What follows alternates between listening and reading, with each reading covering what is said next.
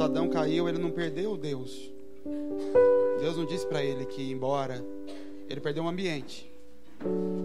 Ele perdeu um lugar que Deus tinha feito para ele. E não era um lugar para trabalhar, era um lugar para relacionamento. Ele perdeu só o lugar. Deixa como estava. Porque Deus é um Deus de ambientes. Deus já tinha feito o mundo inteiro e a terra toda é linda.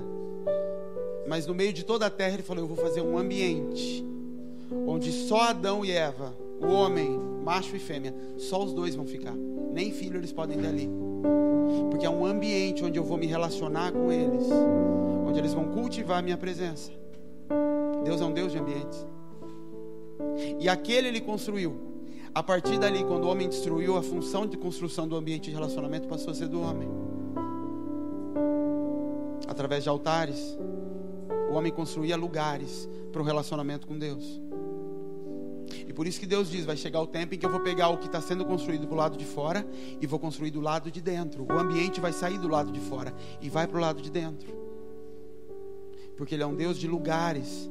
Então Abraão, quando sai da terra, todo lugar por onde ele passa, ele levanta um altar. Ele constrói ambientes de relacionamento com Deus por todo lugar onde ele passa. E quando a gente não entende isso, e a igreja perece porque não entende, ela vai para o culto esperando que a alma encontre um ambiente favorável a se derramar. E você vive de alma.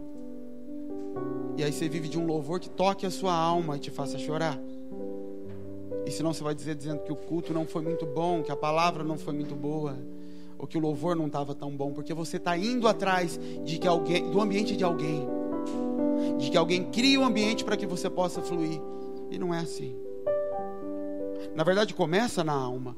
A Bíblia diz que a gente sepulta um corpo humano para colher o corpo glorificado. Jesus fez isso.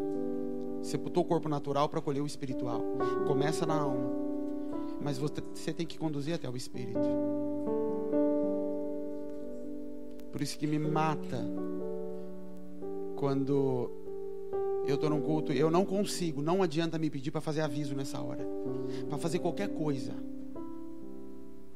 Eu não consigo parar, sair daquilo e falar: agora acenda as luzes, então gente, amanhã vai ter. Eu falo: que isso? Como assim? Esse ambiente eu vou perder para falar de qualquer outra coisa. Eu não paro nem para oferta, está aqui, é dele, não é meu, se você quiser você traz. Não existe isso, para mim não existe. Porque é difícil no meio de toda a tribulação do dia criar um ambiente. É difícil, você sabe disso. Tudo te puxa para quebrar o ambiente. Você ora de manhã antes de sair de casa, você ora no carro, aí você chega no trabalho, Satanás lança uma seta e o ambiente começa a ser quebrado. E você sabe como é difícil conservar o ambiente. E na nossa mente, que já está robotizada, o que acontece é quando acaba o louvor e você está fluindo, eu já sento, aí eu vou olhar a mensagem do WhatsApp porque acabou. O ambiente é seu. Sabe quem entendeu isso? Davi. Por isso que Deus olha e fala: achei Davi. Eu achei um que entende. Então ele quer criar um ambiente para mim. Como ele não recebeu planta de templo ainda, ele não recebeu nada, sabe o que ele faz? Pega um pedaço de pano, pega uns bambu, levanta um negócio aí, bota a arca no meio e fica todo mundo em volta cantando para a arca. E Deus olha e fala: nossa, eu não tinha pensado nisso. Nisso aí eu não pensei. E eu gostei desse negócio. Eles colocaram a minha presença no meio e eles ficam em volta, cantando para a arca.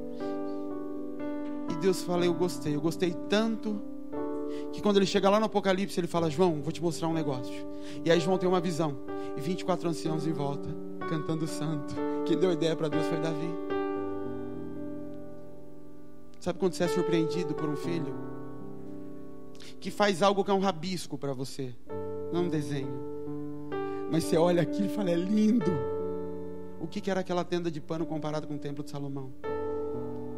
Mas em Amós Deus fala: eu vou levantar a tenda caída. Eu vou levantar o lugar de intimidade que não é seguido porque alguém deu plano. É algo que flui do coração de um homem que é modelo de adorador. Ele cria o lugar. Ele cria o ambiente onde quer que ele esteja. Ele cria o ambiente. No deserto, Davi está encontrando lugares. É engraçado que você vai ler a história de Davi. Eu falo isso toda hora, né? Pensa num homem que eu gosto. E você vai ler a história dele, não mostra ele escrevendo salmo. Você vê a história de Davi, ele está honrando Saul o tempo todo, ele está fugindo sem falar nada. E você vai ler os Salmos, ele está falando: mata esses desgraçados, Deus, eles querem acabar com a minha vida, que os meus inimigos morram. Sabe por quê? Porque diante dos outros, Davi mantinha uma postura que ele tinha que manter. E só para Deus ele ia lá se lamentar e colocar sua alma. E Deus fala: não, Davi, isso aí também pode ir para a Bíblia. Escreve isso aí, que eu quero usar isso aí também, para que entenda que você também é homem. Mas que tudo que flui de dentro do seu coração, toda a dor que você tem, ela não compromete a sua postura, não compromete tudo aquilo que eu coloquei dentro de você. Você não perde o lugar, independente de tudo isso que está acontecendo. Então os filhos de Davi, Jesus, quando olha para a história daquele homem, fala: aquele era o homem, aquele era o modelo. E Deus fala: de você eu vou sair. Deus vai nascer de você, o Cristo vai vir da sua raiz, da sua essência, Davi. E para sempre vão falar do trono de Davi. Vão falar que você, Davi, é pai do Cristo, porque é essa a essência do ambiente. Por isso que Jesus conservava o seu ambiente. Quando é que você vê Jesus orando? Você não vê. Você vê ele ensinando a orar. Quantas vezes Jesus falou: Pai? Raras. Ele tinha um ambiente que era só dele. À noite ele ia orar. Relata aqui o que Jesus falava com Deus. É o ambiente dele, é o Éden dele, o ambiente que ele construía para se relacionar com o Pai. Não conta aqui.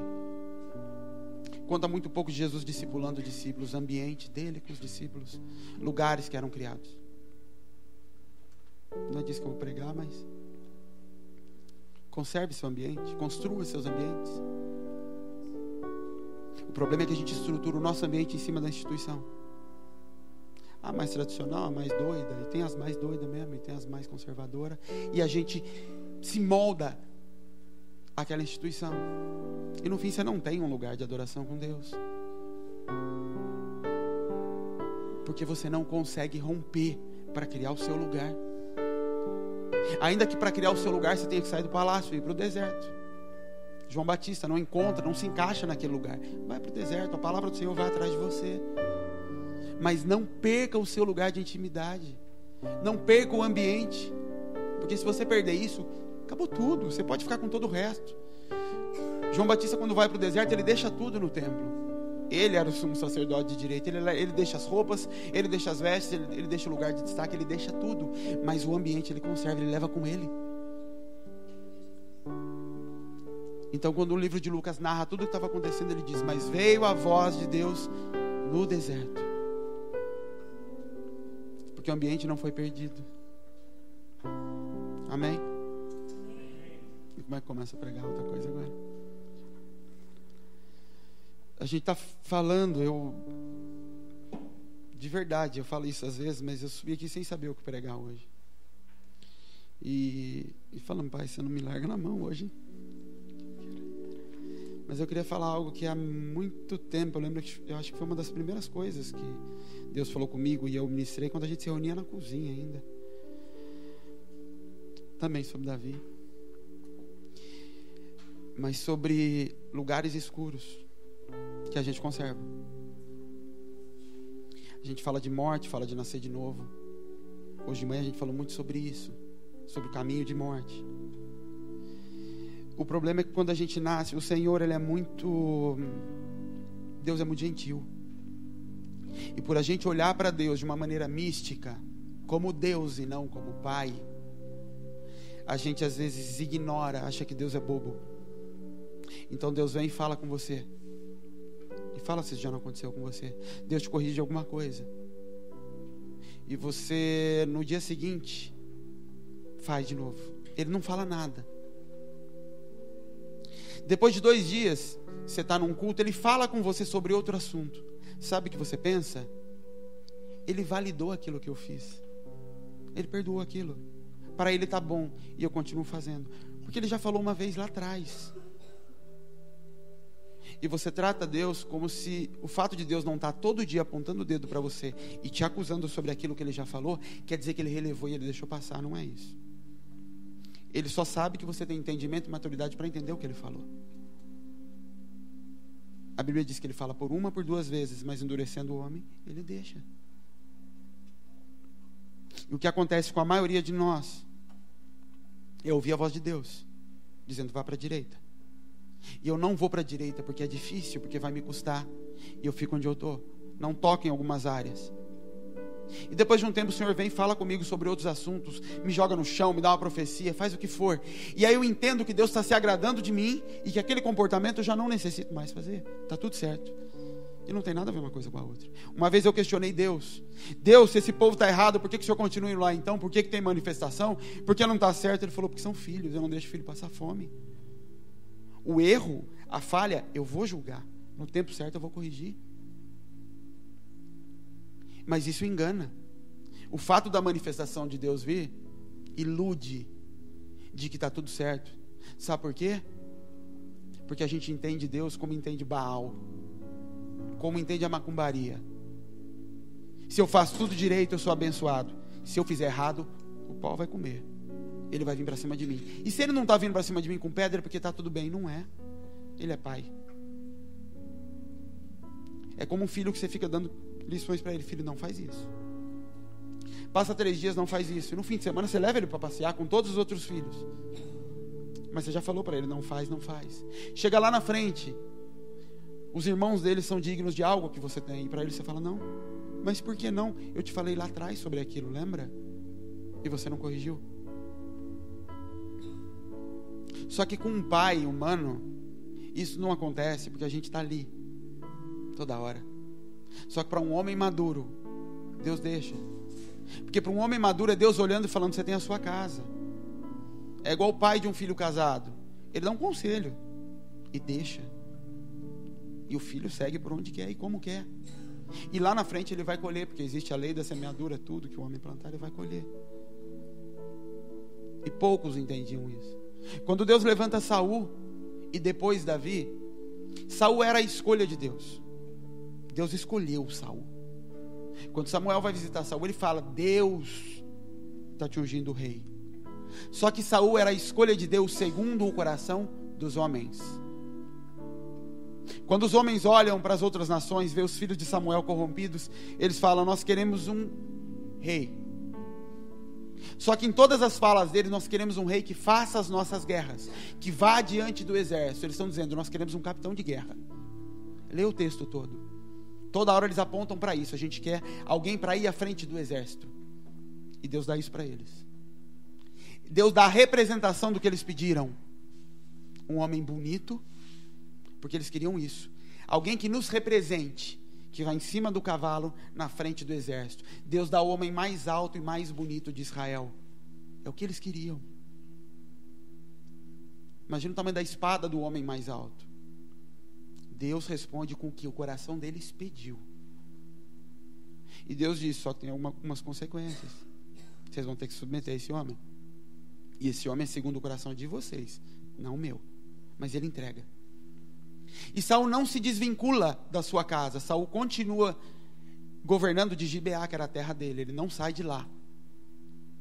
Todas as vezes que vai se falar de Saul, ele está debaixo de uma árvore, ou ele está na casa dos pais dele. Ele não sai da casa do pai, da sua descendência, não se desvincula para servir o reino. Ele continua ali. E dali ele dá ordens. É como se ele continuasse assentado em cima de quem ele era, em cima da descendência do pai, para servir o propósito que Deus tinha colocado sobre ele, a escolha do coração do povo. Mas dentro do coração do povo, Deus fala, é como se Deus perguntasse: o que vocês querem? A gente quer um moreno, de olho azul, tá, eu vou escolher o melhor disso que vocês estão pedindo. E Deus dá para eles. E aquilo dá tudo errado. Porque um homem que tem todas essas características, ele não aceita perder esse lugar. Ele foi escolhido para estar à frente. E quando ele olha e fala: tem outro querendo tomar a frente, ou ele acha que está querendo tomar a frente, a atitude natural desse homem: eu vou destruir. Então quando Deus pega Davi, é como se Deus falasse: agora eu vou mostrar para vocês o que é segundo o meu coração. E ele procura. Vai falar: achei Davi. E ele pega um homem que primeiro cuidava daquilo que não tinha valor para ninguém. Cuidava das ovelhas malhadas, do pobre e da viúva, dos filhos das ovelhinhas pobres. Ele cuidava delas. Depois ele servia o rei corrupto. Ele servia Saul, e Saul tacava flecha nele, e ele desviava e continuava servindo. E Deus falando, esse aí. Essa é a lição que Deus deixa para a igreja. Aquele é o homem. E ele foge, ele passa por tudo aquilo. Davi fugiu mais ou menos 5 anos. 5 anos fugindo. 5 anos sendo perseguido. Andando com aquele bando de bandidos do lado dele, discipulando aquele povo.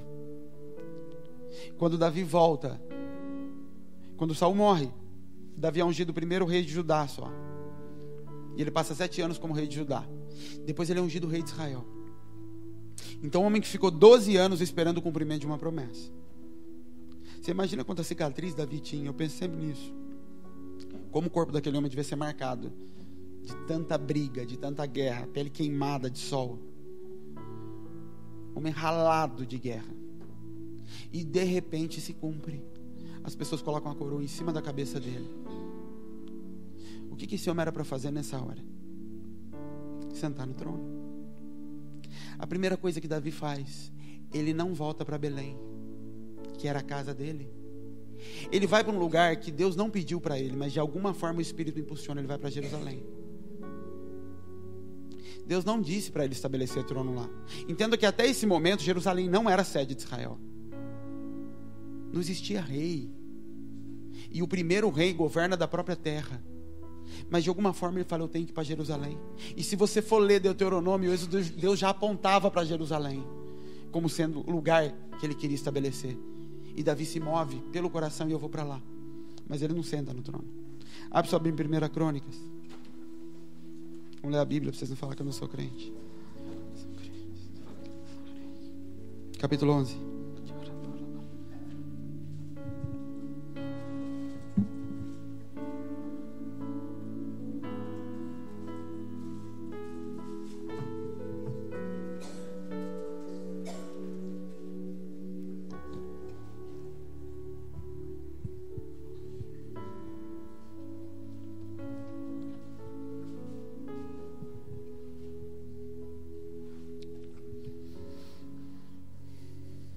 Primeira Crônicas 11. Então todo Israel se ajuntou a Davi em Hebrom, dizendo, eis que somos teus ossos e tua carne. E também antes, sendo Saul ainda rei, era você quem fazia sair e entrar Israel. Eles estão falando o seguinte, mesmo quando Saul era rei, quem fazia as guerras de Deus era você. Também o Senhor teu Deus te disse, tu apacentarás o meu povo de Israel, e tu serás chefe sobre o meu povo de Israel. Também vieram todos os anciãos de Israel ao rei, em Hebrom, e Davi fez com eles aliança em Hebrom, perante o Senhor, e ungiram Davi rei sobre Israel, conforme a palavra do Senhor, pelo ministério de Samuel. E partiu Davi e todo Israel para Jerusalém, que é Jebus, porque ali estavam os jebuseus, moradores da terra. E disseram os moradores de Jebus a Davi, tu não entrarás aqui, porque Davi ganhou a fortaleza de Sião, que é a cidade de Davi. Porque disse Davi, qualquer que primeiro ferir os jebuseus será chefe maioral. Então Joabe, filho de Zeruia, subiu primeiro a ela, e por isso foi feito chefe. E Davi habitou na fortaleza, pelo que se chamou Cidade de Davi. Edificou a cidade ao redor, desde Milo até completar o circuito. E Joabe renovou o resto da cidade. Ia Davi cada vez mais aumentando e crescendo, porque o Senhor dos Exércitos era com ele. O que acontecia aqui? Do lado de Jerusalém, e eu não sei como é isso até hoje, se existe essa divisão, existia a cidade, o que a gente conhece como Cidade de Davi, que é como se fosse um bairro murado, anexado em Jerusalém. Quando Davi sobe para Jerusalém, os jebuseus moravam nesse bairro do lado. Jerusalém estava livre. E Davi olha e fala, vamos arrancar os jebuseus dali. Os jebuseus viviam naquela terra há muito tempo e em paz com Israel. Tanto é que Saul vivia naquela terra, governava aquela terra, fazia guerras ao redor e não tinha problema com os jebuseus. Por que os jebuseus estavam naquele lugar? Lá atrás, quando Deus distribuiu a terra e disse, tire todos os cananeus da terra, o povo não tirou. Eles foram fazendo amizade com os povos, se casavam com as filhas, e aí adultério entrou, aí entrou toda a idolatria na terra, porque não se tirava. Mas os jebuseus viviam ali há muito tempo e sem problema com Israel. Davi poderia entrar em Jerusalém, governar de Jerusalém e não ter problema. E Davi fala: não vou governar enquanto esse pedacinho que está anexado aqui não for livre, enquanto a terra não for totalmente. Imagina se você fosse soldado de Davi. Ganhou tudo, está tudo certo. Todo o povo da nação agora diz: você é nosso rei. Vem os anciãos, que era a maturidade do povo, que era quem dava a palavra final. Vem o exército, vem todo mundo que representava e dá o seu voto em cima dele. Você é mesmo, vamos fazer aliança, faz aliança, faz aliança. Só subir agora e reinar. O exército, cansado de tanto fugir, dizendo: vamos sentar agora e descansar. A hora que está subindo, Davi olha e fala: não, a gente vai brigar com aquele povo. O cara fala: você quer sangue, Davi, você é louco. A hora que Deus cumpre a promessa e te põe para descansar, você conquista Jerusalém, você quer brigar com quem está quieto. E Davi fala: não vou descansar enquanto tudo não estiver limpo. Se você olhar, sabe aqueles mapinhas que tem em fim da Bíblia? Se você olhar Jerusalém, você vai ver que a fonte de água que alimenta a cidade de Jerusalém fica dentro da cidade de Davi. Do ponto de vista humano, quando você olha, você vai falar: era estratégico isso. Se alguém quisesse contaminar e matar todo aquele povo aos poucos, era só ir colocando veneno na água. Fontes de água eram coisas muito valorizadas na época por causa disso. Por isso eles entulhavam os poços. Porque quando você entulhava poço, era uma forma de você tocar o povo dali. Por isso eles queriam criar cidades, construir cidades à beira de águas. Materialmente, você olhando, Davi está falando: não podemos. Mas espiritualmente, Davi entendia um princípio por trás disso. Deus pediu para limpar toda a terra. Nada pode ficar para trás. Lá atrás, sabe quando Deus disse isso? Antes de Abraão, Deus já dizia para não fazer associação com outros povos. Davi nem pensava em nascer. Uma palavra que foi lançada antes do nascimento de Davi, e ele não ignora. Deus disse: temos que limpar a terra. Você imagina que pessoas morreram nessa guerra para tirar os jebuseus dali? Homens que passaram anos seguindo Davi. Na hora do descanso, Davi fala: ainda que alguém morra, mas nós não vamos descansar. Nós não vamos estabelecer governo antes de limpar toda a terra. E quando Deus falou comigo a respeito disso, isso fala de mim e de você. Lugares que Deus conquistou. Lugares que Deus, nós como Jerusalém, lugares onde Deus quer estabelecer governo. Onde Ele quer estabelecer trono. E quando a gente aceita Jesus e você vai, entrega a sua vida para Ele e começa a andar com Ele. E aí Ele vem e começa a tocar na sua vida, tratar em áreas da sua vida. Ele começa a te falar sobre coisas. Você tem que deixar isso, você tem que deixar aquilo. E o que está do lado de fora é fácil deixar. Troca de roupa, troca de amizade, troca disso, troca daquilo, é fácil. E você já começa rapidamente a construir coisas. Porque o homem adora trabalhar para Deus. Do seu jeito, mas gosta. E aí você começa a construir coisas para Deus. E fazer. E Ele está falando: mas tem aquilo lá que você não limpou. Tem aquele pedacinho do lado que você não tirou ainda. Coisas que precisam ser tratadas. Coisas da velha natureza que ainda estão presos em você. Povos antigos, cananeus. A outra natureza que ainda está agarrada aí. Mas você está olhando dizendo: não, mas isso aqui está sob controle. Nunca tiveram problema com a gente. Eles estão ali do lado, mas não geram problema. Eles são pequenos. Mas eles controlam a água. Tudo que deves guardar, guarda o teu coração, por dele procede as fontes da vida. Lugares no seu coração, cômodos escondidos, que Deus já falou, já mostrou coisas dentro de você, pequenas, que você não sabe em que momento podem contaminar todo o seu testemunho. Davi, quando olhava, ele falava: eu não vou dar descanso. Davi não parava. Davi virou rei, construiu a casa dele, ele olha, ele começa a ficar triste, angustiado, e fala, como é que eu posso?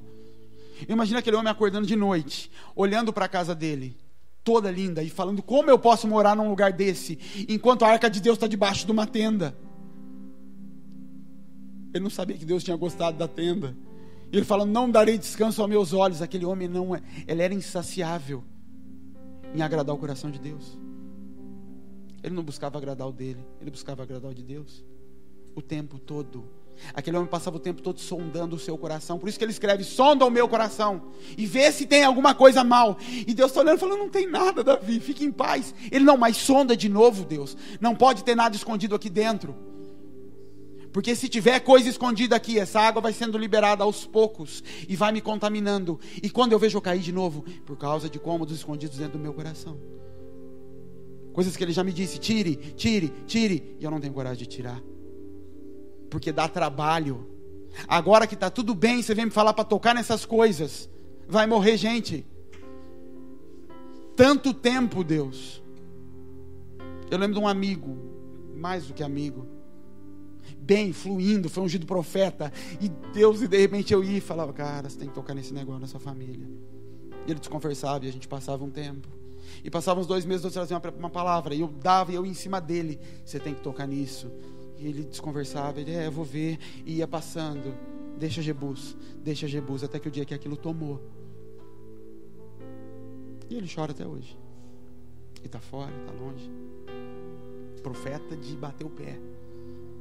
Vocês sabem o que é profeta de bater o pé, né? Aqueles doidos. Por quê? Jebus. Lugares pequenos que ele conserva no coração, porque vai dar trabalho. Deus já até me ungiu profeta, eu não preciso mexer com essas coisas. Eu não preciso voltar lá atrás para arrumar. Não precisaria se tivesse arrumado antes de sentar no trono. Mas a maioria de nós sentou. Sentou porque aprendeu desse jeito. Agora é a hora da minha vitória e vamos para cima. Sentou porque o modelo de governo é o modelo de Saul, baseado na aparência. E mesmo quando você vai procurar seu pastor para conversar com ele, ele fala, que filho, fique em paz. E o modelo de Davi é, não darei descanso. Não tem paz enquanto tiver coisa errada aqui no meio. Não tem paz. Quando a Bíblia fala de Amaleque, quando a Bíblia fala de Jacó não, Isaac. Quem que era a esposa de Isaac? Raquel, Caio. Aqui, ó. Obrigado, Caio. Quando a Raquel está grávida, a Bíblia fala de gêmeos no ventre. 2 nações estão no seu ventre. E elas vão guerrear. E o maior servirá ao menor. Não é isso? Esaú e Jacó. Lá na frente, Amaleque é descendente de Esaú. Quando o povo está saindo, Êxodo 16 ou 17, quando o povo está saindo do Egito, a Bíblia fala que os amalequitas se opuseram a eles. E eles vêm contra o povo de Israel. E pegam o povo de Israel desprevenido. E Moisés sobe no monte, levanta as mãos, e eles começam aquela batalha. Vocês já ouviram essa história? E Deus fala, para sempre vai haver guerra entre Amaleque e Israel. Por isso que quando Deus fala para Saul ir e matar os amalequitas, e Saul não faz, aquilo para Deus é tão grave. Porque Deus está falando para Saul, você não sabe o que eu te pedi, você tinha que obedecer sem entender. O que você estava fazendo ali era exterminando toda a descendência que iria guerrear para sempre, e você não fez, porque você procurou tentar racionalizar a minha ordem. Eu não te expliquei essa parte, Saul, eu só disse faça, porque tem um fundamento nisso, e Saul não faz. Isso fala das 2 naturezas. O que era para nascer do ventre de Raquel era a promessa da nova nação, que veio de Abraão, passava por Isaac e por Jacó. Tudo que foi nascendo a partir dali era fruto da nova natureza que Deus queria criar, da nação que Deus queria criar. E Deus fala, mas nesse nascimento vem 2 naturezas, a natureza de Esaú e a natureza de Israel, e as 2 vão brigar para sempre. As suas 2 naturezas, a carnal e a espiritual. O que eu quero fazer eu não faço, mas o que eu não quero, isso eu faço. O meu espírito brigando com a minha carne o tempo todo, as 2 naturezas brigando no ventre. Deus querendo gerar coisas em você, e o seu ventre com briga aqui dentro o tempo todo. Coisas dentro de mim que eu preciso tirar para que o outro possa fazer. Por isso que para que Israel possa cumprir, ele tem que ir embora de casa. A mãe manda ele embora. Ali ele não faria, porque debaixo da primogenitura dada pelo pai, Esaú receberia o direito. E até nisso é engraçado, porque você olha e fala, a mãe enganou tudo. Quando eles nasciam, o primeiro que saía, no caso de gêmeos, eles consideravam mais velho. Mas de acordo com a medicina, na verdade, o segundo é que é o mais velho. É o que fica depois. Então, de acordo com Deus, realmente, Jacó era mais velho. Deus coloca as coisas no lugar, ainda que usando do engano da mãe. E se essas naturezas não se afastam, Israel continuaria sendo Jacó, enganador. Porque é isso que a gente se torna quando você não se desvincula totalmente dessa outra parte. Quando você conserva enganador, mentindo para você mesmo o tempo todo para conseguir levar alguma vantagem. Sabe por quê? Porque aquela primeira natureza nasceu primeiro. A sua carne foi gerada primeiro. O espírito veio depois, no sentido de que é uma opção sua se entregar ao espírito. A carne não, ela está dentro de você e gritando e brigando desde pequeno. E chega uma hora que Israel tem que se apresentar. E quando ele se apresenta como menor. Entrando e arrancando a carne, tomando da carne o lugar dela. E por isso que a carne grita. Porque ela fala, esse lugar é meu. A sua alma diz, esse lugar é meu. Eu estou aqui há mais tempo que você. E vai brigar com o espírito. O tempo todo, e haverá guerra para sempre. Até que o rei se instale. Tome o lugar. E acabe com Amaleque dentro de você. Essa era a função de Saul. E quando Saul não faz, ele perde o trono. Porque Deus está dizendo, o motivo do seu reinado é tomar esse lugar aí dentro. Porque todo rei que Deus estabeleceu, ele tinha uma função, representar o Cristo. O lugar do rei era o lugar de Cristo. Ele estava ocupando um trono que não era dele, temporariamente. Então, represente ao Cristo. Por isso que quando Acabe faz o que faz, e a gente lê a história de Acabe e não entende às vezes, por que ele fez pior que os outros? A gente até aceita, porque disseram, e a Bíblia está escrito que fez pior. Mas se lê a história, tem gente que parece que fez coisa muito pior, mas não.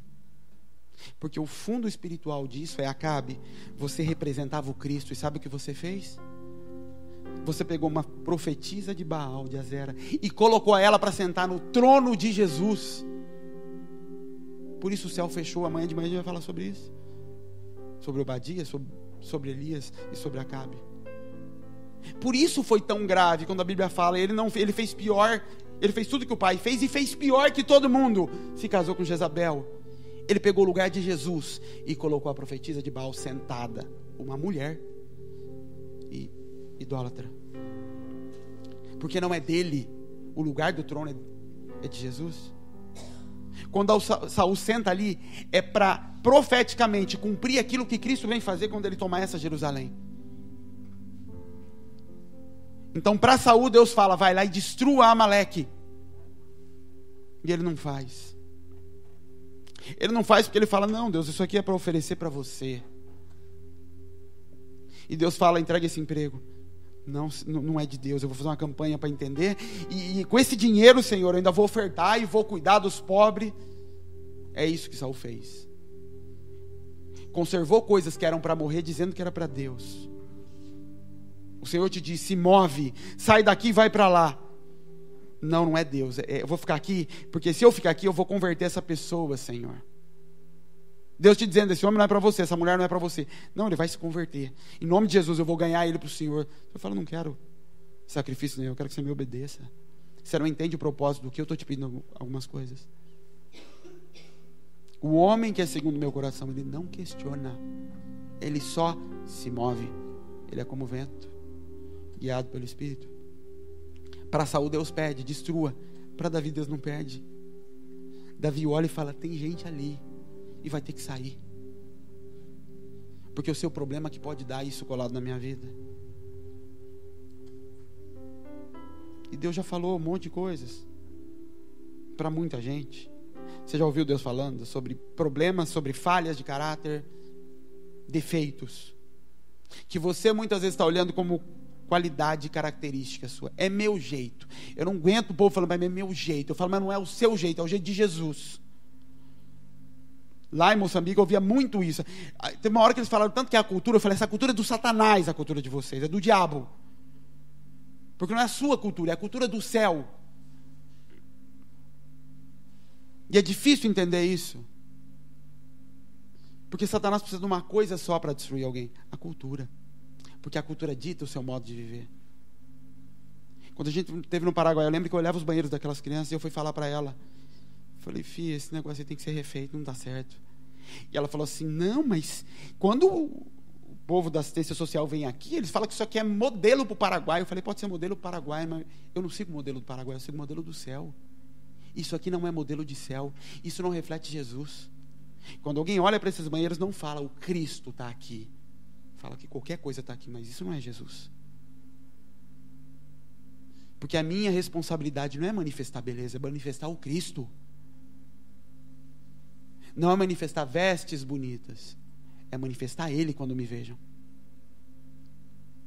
Mas não foi assim que eu aprendi, não foi assim que você aprendeu. A gente aprendeu sobre roupas. E Deus está olhando, falando, Adão começou com isso. Começou fazendo roupa. E você continua querendo fazer roupa para cobrir lepra, cobrir áreas que estão escondidas e que você não quer mostrar para o lado de fora. Mas o homem, segundo o meu coração, ele entra sem esse manto e entra dançando. Ele não tem problema com o que vão dizer. Ele não tem problema se vão dizer que ele é louco, ele é fanático, ele é doido. Ele fala, eu sou mesmo, e vou me envergonhar mais ainda diante do meu Deus. É como se ele dissesse, eu devo satisfação a Deus, e Deus está provando meu comportamento, e foi o que ele me pediu. Melhor é agradar a Deus do que agradar aos homens. Mas Satanás, quando ele te pega na cultura, ele começa a te conduzir por caminhos e por situações que vão te enredando e vão te envolvendo. E o pior é que entra a igreja, a instituição nesse negócio. E aí é mais difícil, porque a nossa mente, ela olha para o alto para ver Deus na religião. Ela olha, tem sempre uns degraus assim, não tem? Que ajuda você a me ver, mas também vai criando coisas que Satanás vai pondo na nossa mente. Homens altos. Não tocar no ungido do Senhor. Eu expliquei aqui ontem, eu tocar no ungido do Senhor. E isso vai nos enredando e vai nos envolvendo. E quando vê, a gente está desagradando a Deus e negando a Deus para não negar instituições, palavras de homens. E o Espírito está passando por cima de Saul para bater na casa de Davi. Deus sai de Saul e vai lá na casa de Davi. E Davi fala assim, não pode.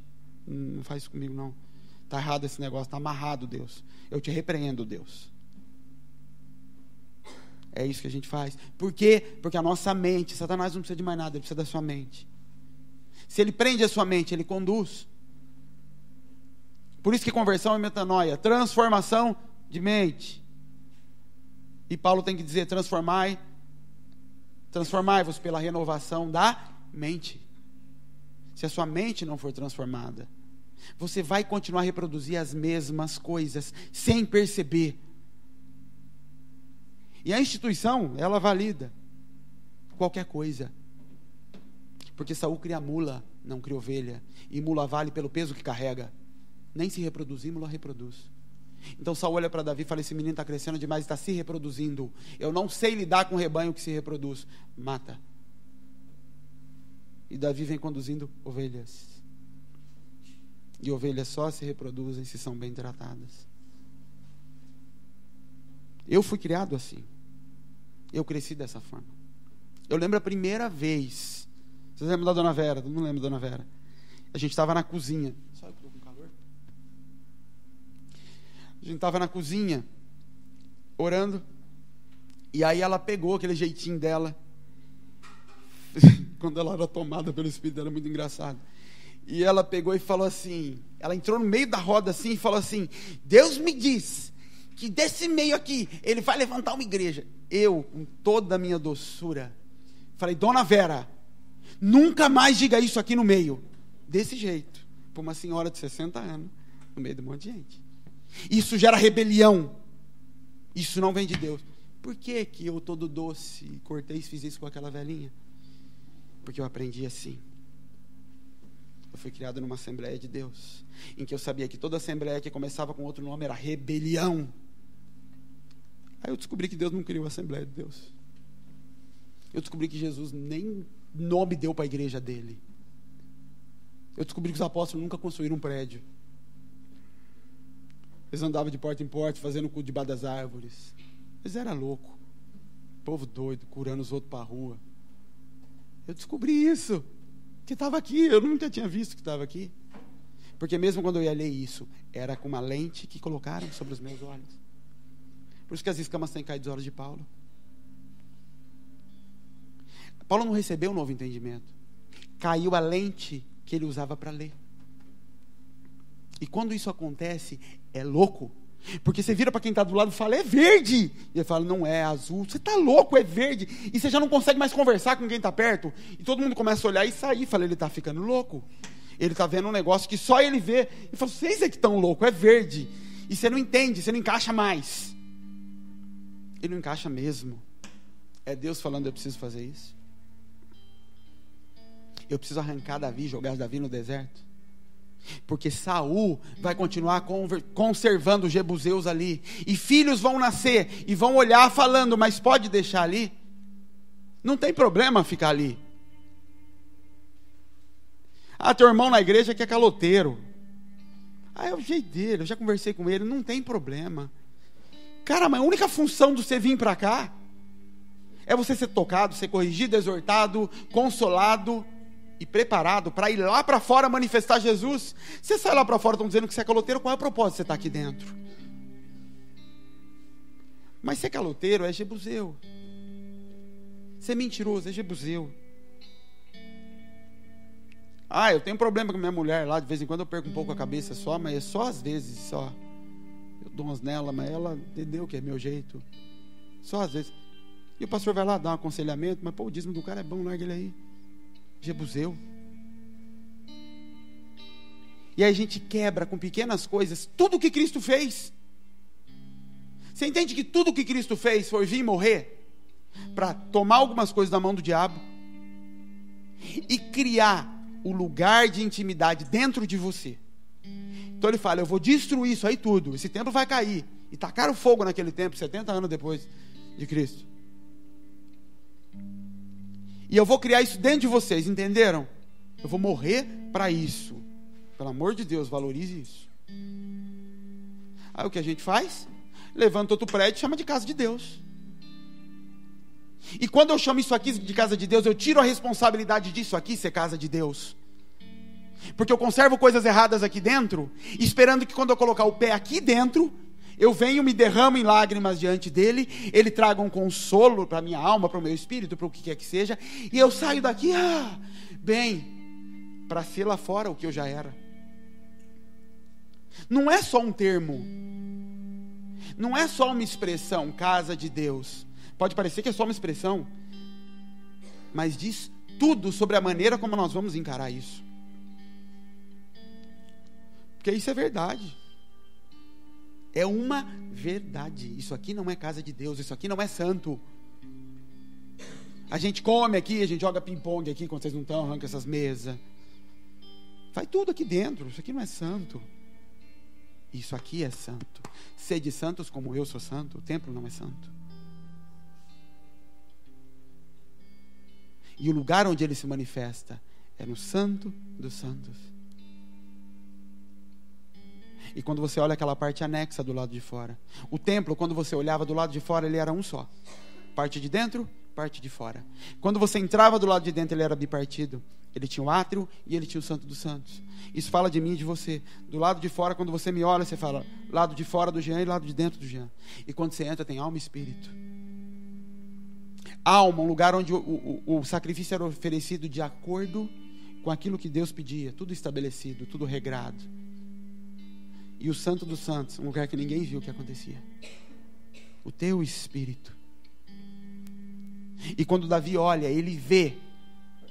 Ele olha para o lugar da habitação de Deus, onde ele estabeleceu o trono. E ele vê aquilo partido, com repartições. Ele fala, não pode ter. Não pode se conservar essas coisas lá dentro. Você vive questionando Deus. Por que você não faz, Deus? E aquelas palavras, e aquelas coisas que o Senhor tanto me falou.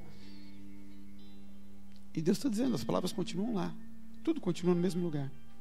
O que eu escrevi a teu respeito continua do mesmo jeito, eu não apago. Os teus dias foram escritos antes da fundação do mundo. Salmo 139, está tudo lá. Por que eu não vivo isso então? Porque você não entra nisso. Porque você não se move em direção a isso.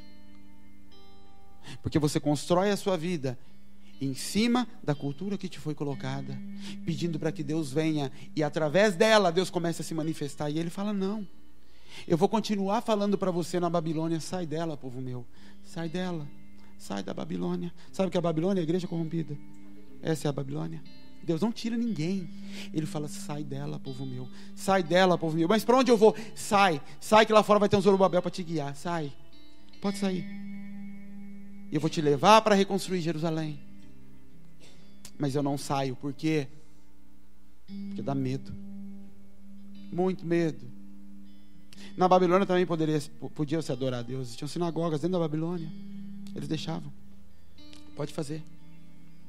E a cultura era toda misturada. De Baal, e toda hora me dá vontade de pregar mensagem amanhã, eu não vou. De Baal com Jesus, com Deus, com tudo bagunçado dentro da Babilônia. Podia tudo. Todos os povos que eram presos chegavam e traziam um pouquinho da sua cultura ali para dentro. E era uma forma de prender o povo. Porque você quer ver um povo se rebelar? Toma a cultura dele. Traz os gaúchos para cá. E toma o chimarrão deles. Eles vão ter problema. Porque você começa a tocar na cultura. Agora traz e deixa eles virem com o chimarrão. Deixa os baianos virem com a comida deles. Os mineiros. Eles começam a se enturmar. E quando você vê, depois de alguns anos, toda a cultura foi misturada. E ninguém mais sabe quem é quem. Isso era a Babilônia, um princípio espiritual. E sabe por que a Babilônia é estabelecida? Porque reis se corromperam. A profecia de Deus de enviar o povo para a Babilônia era porque os reis se corromperam e deixaram a idolatria entrar. E Deus falou, agora vocês vão para a Babilônia. Eu vou deixar vocês uma geração sem rei. Vou destruir um elo da corrente. E no fim dos 70 anos ele começa a falar para o povo, sai dela, povo meu. Conduzam-se para o lugar que eu prometi. Mas Jerusalém está destruída. O lugar que era o lugar da adoração está destruído. Eu nem lembro mais o caminho para aquele lugar, Deus. Eu lembro que era tão lindo. A Bíblia fala que quando os que eram criança, quando foram cativos, voltaram para Jerusalém, eles choravam, olhando para as ruínas, porque eles se lembravam de como era lindo fluir. Eles se lembravam de como era bom dançar diante de Deus, de como aquele lugar era lindo. E eles veem aquilo destruído. E Deus fala, a glória da segunda casa vai ser maior do que a da primeira. Mas para isso você tem que andar em direção. Porque eu não te tiro, eu não posso. Porque eu te entreguei o governo, o reino já foi instituído. Lembra que vocês me pediram um rei? Vocês lembram disso? Eu disse para vocês. Vocês vão ter que colher da consequência do que o rei de vocês fizerem. Porque até ali, se o líder se corrompe, eu mato o líder, levanto o outro. Mas quando pedir rei, tem que ser a sucessão através de filhos. E vocês vão colher disso. Vocês têm certeza que vocês querem? Quero. Por isso Deus não enfia a mão na Babilônia, hoje arranca o povo. Fala, vocês pediram.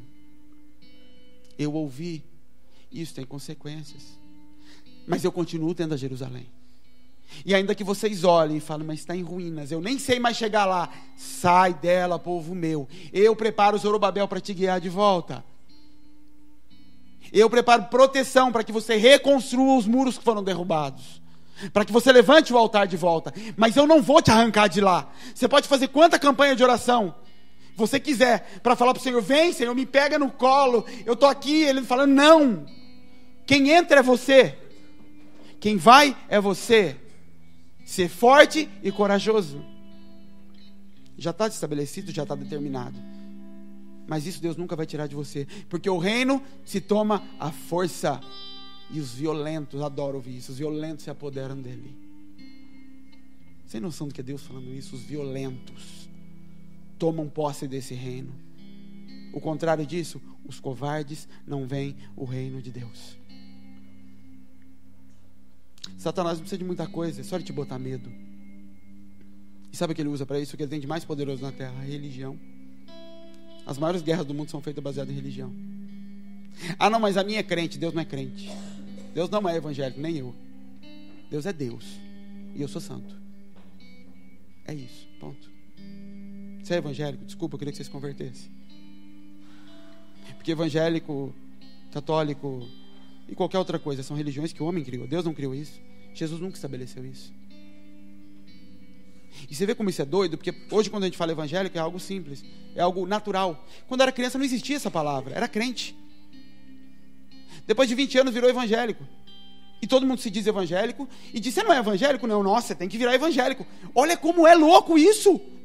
Daqui a 40 anos pode ser que seja outro nome. E você vai estar brigando por aquele novo nome. E os nomes vão surgindo. E você nunca parou para pensar o que eu estou fazendo. De onde veio isso que eu estou seguindo, meu Deus? Estão dizendo para mim que se eu tiver em pecado eu não posso tomar ceia. Você já procurou isso na Bíblia? Você já leu isso na Bíblia? Me mostra que eu quero ver. A Bíblia diz, examine-se cada um a si mesmo. Porque quem come e bebe sem discernir o corpo e o sangue. Peraí, então é discernir o corpo e o sangue, não é estar em pecado. Toma para condenação. Isso fala de entendimento. Quem toma parte disso sem entender o que está fazendo, está tomando condenação. Você sabe por quê?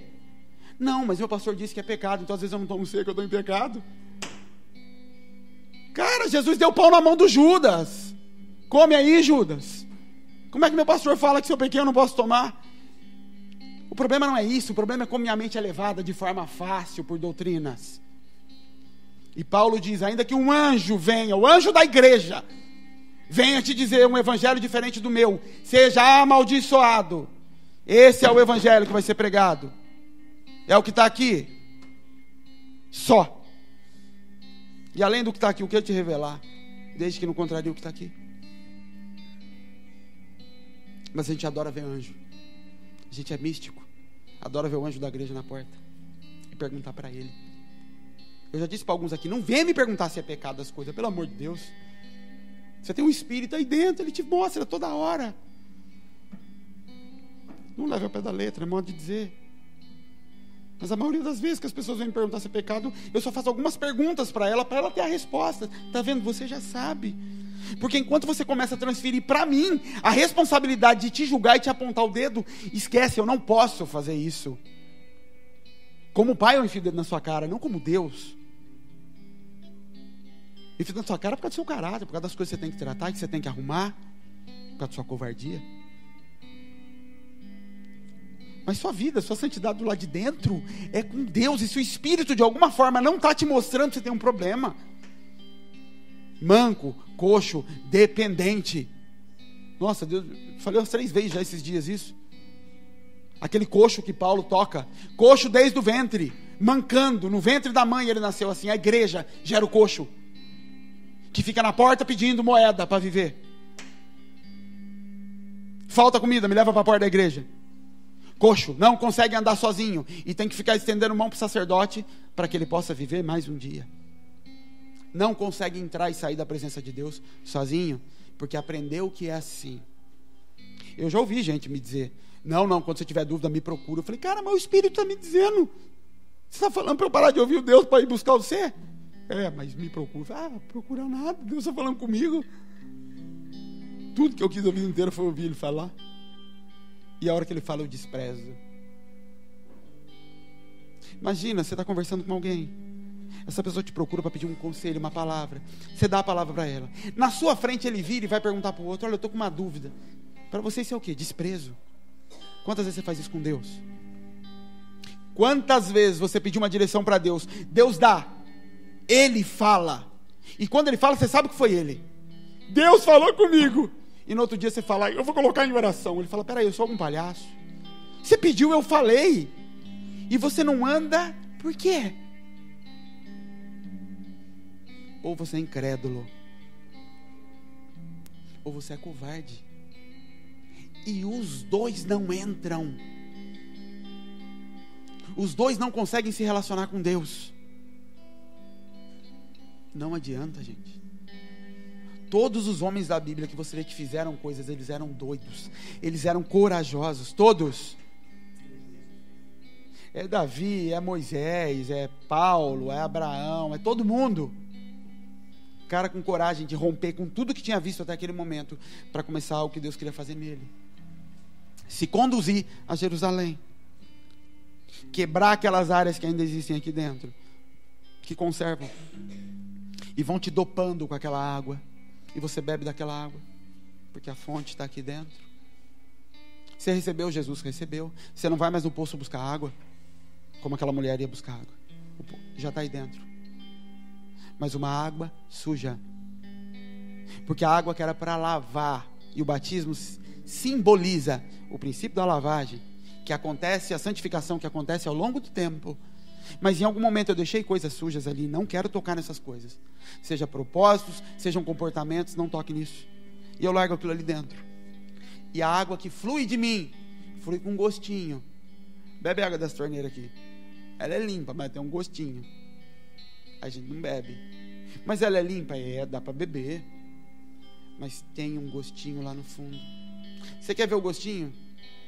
Fica perto de alguém, evangélico, cristão, que seja, e você começa a ficar um pouco perto dele. Ele prega, ele canta, enquanto ele está aqui está lindo, tudo bonito. Ele ministra, ele fala aquelas coisas que você está acostumado a ver. Depois você fica um pouco perto dele. Você não me conhece aqui em cima. Você me conhece sentado lá na mureta, lá naqueles banquinhos. E ali você diz se eu estou falando com Jesus ou não. É aí que você conhece uma pessoa. Ali você conhece até que ponto essa água está fluindo. Eu estou falando com Jesus. Ele manifesta. Porque é só para isso que eu fui chamado. Para que os outros possam ver Cristo em mim e fazer uma cópia de Cristo neles, para que eles possam fazer cópia de Cristo em outros. Todo o resto é entretenimento de igreja.